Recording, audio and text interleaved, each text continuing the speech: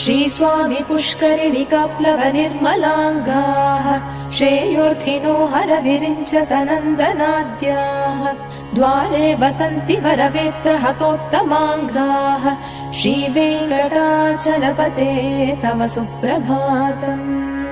श्रीशेषशैलगरुडाचल वेङ्कटाद्रिनारायणाद्रिवृषभाद्रिवृषाद्रिमुख्याम् आख्याम् त्वदीयवसतेरनिशम् वदन्ति श्रीवेङ्कटाचलपते तव सुप्रभातम् सेवा परा शिव सुरेश कृशानुधर्म रक्षो मुनाथ पवमान धनादिनाथाः बद्धाञ्जलि प्रविलसन्निज शीर्षदेशाः